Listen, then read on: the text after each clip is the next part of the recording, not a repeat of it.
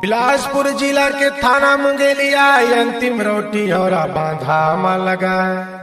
देख के बैरी दुश्मन कुलागे छाती फाटे और छटपटाए। आमने सामने नहीं टकराइन अरे कूटनीति के चाल बनाइन। बैरी मन सतनामी समाज ला बुलाए जोर के ऐसन चाल चलाए। रामत घूमत तुहर गुरु आहे न जाने कत का समय के भोजन पाहे।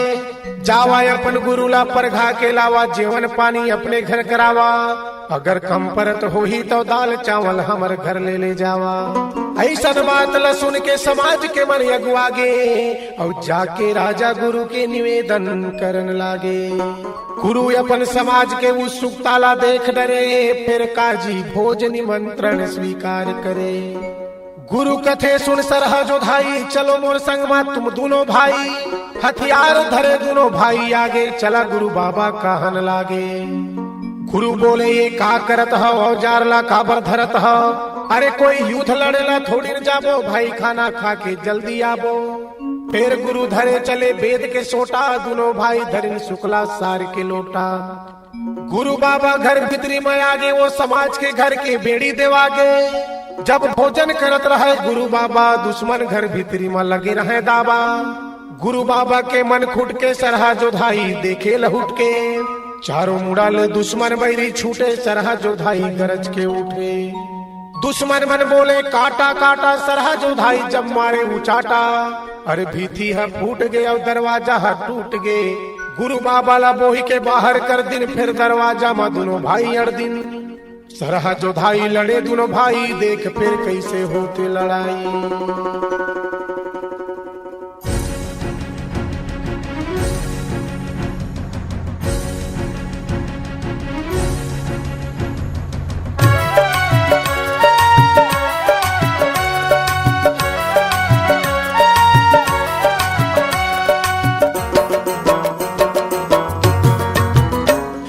बांधम लड़िन बिना हथियार के हरे रहीन शुक्ल सार लोटा। और बांधम लड़िन बिना औजार के हरे रहीन शुक्ल सार लोटा। बलिदानी राजा के बाहुक दोनों भाई अखाड़ा प्रवीण सरहयौ जोधाई। बलिदानी राजा के बाहुक दोनों भाई अखाड़ा प्रवीण सरहयौ जोधाई। सरहा बड़े भैया जे कर ले जोधाई छोटा। सरहा बड़े भैया जे कर ले जोधाई छोटा। और बांधम लड़िन बिना हथियार के धरे रहीन शुक्ल सार लोटा। और बांधम लड़िन बिना हथियार के धरे रहीन शुक्ल सार लोटा।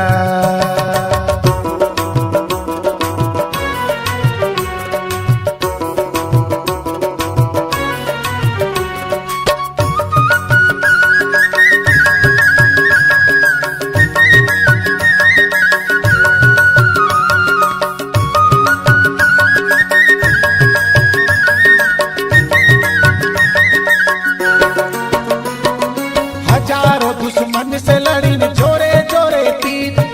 चेला पर जय एक लोटा वही मेरा चीर। हजारों दुश्मन से लड़िन जोरे जोरे तीर। चेला पर जय एक लोटा वही मेरा चीर।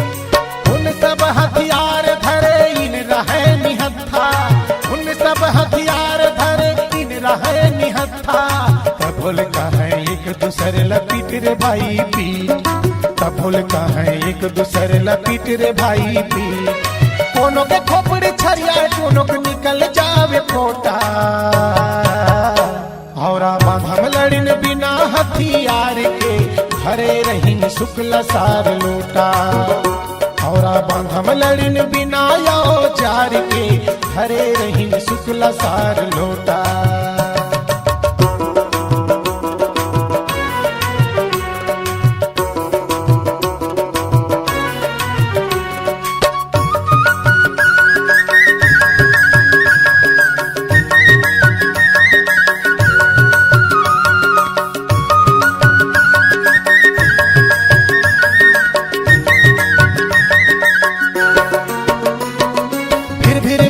भागे दुश्मन देख के दोनों वीर ला। ऐठे ऐठे भूंजल देखे औ दबंग शरीर ला